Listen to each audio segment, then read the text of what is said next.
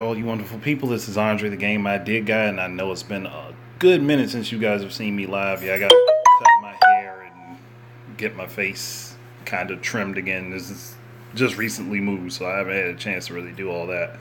Um, but I looked up a way out and why it wasn't coming to Switch, and people are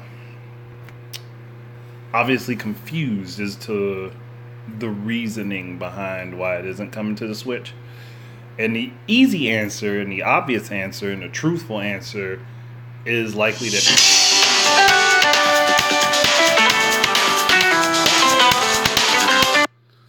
I have to call that back real quick. Which is like I'm on a different phone too, so my old phone was busted and this one actually works. But the obvious truth as to why A Way Out was not working is not going to the Switch is just because EA didn't pay for it. They didn't pay for it to happen. They didn't put the money toward the resources for it to be ported to the Switch. But this guy had to come out. What was his name? Josef Fares? Yeah. He had to come up with an excuse and say, well, we don't want to put it on the Switch because the Joy-Cons only have one analog stick. No. Not the logical answer, which would be, okay, if somebody is playing in split Joy-Con mode and they have the motion controls and all that stuff, yeah, that's just one person. You don't support single Joy-Con. That's the simple answer to it. Don't support single Joy-Con, and somebody will have to buy an extra controller to have local co-op. What's so hard about that? Why is that so difficult to understand? I mean, on PS4, you have to buy an extra DualShock. On the Xbox One, you have to buy an extra controller. So, why is that so difficult to understand? Hell, on PC, you'd have to buy either an extra controller or an extra mouse and keyboard setup. So, again, why is that so difficult to understand? Why is that so hard of a thing to think about?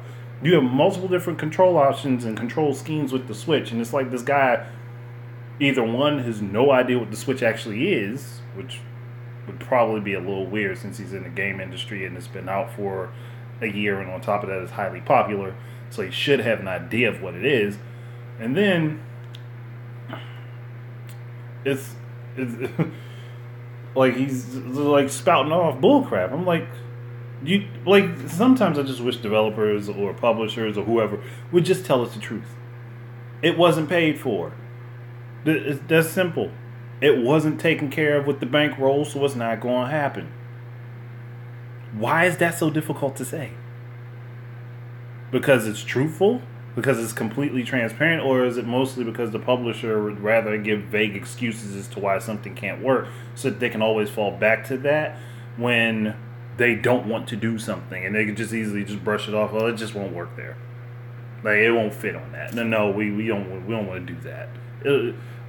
It'll be too technically difficult for us to set it up to do it that way.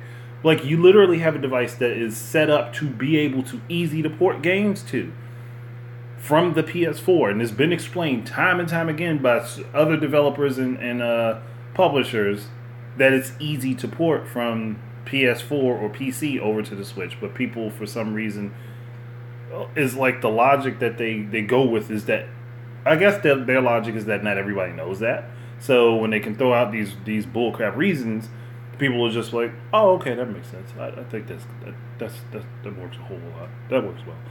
But even in the case of single Joy-Con usage, you can always take and utilize the motion controls or gyro controls, because both Joy-Cons utilize gyro controls, and use that for the extra axis instead of another analog stick. Yeah, sure, it'll be a little bit more difficult to program, and definitely for those who are too jumpy, that will be a nightmare to play. But there would be some people who would actually take it up and actually play it that way. And it would be possible and pretty easy to do. Or then you come into the situation where the Joy-Cons don't have enough buttons separately. Again, then just don't support single Joy-Con usage. It's not that difficult to understand. It's not that hard to think about. And that's what I'm wondering. It's just like, why is it so impossible for that to be said or thought about. Like, I instantly figured that probably wouldn't be the best option for that game if it were to be ported to the Switch. There's no way a developer didn't think about that. None whatsoever. So again, that was industry talk.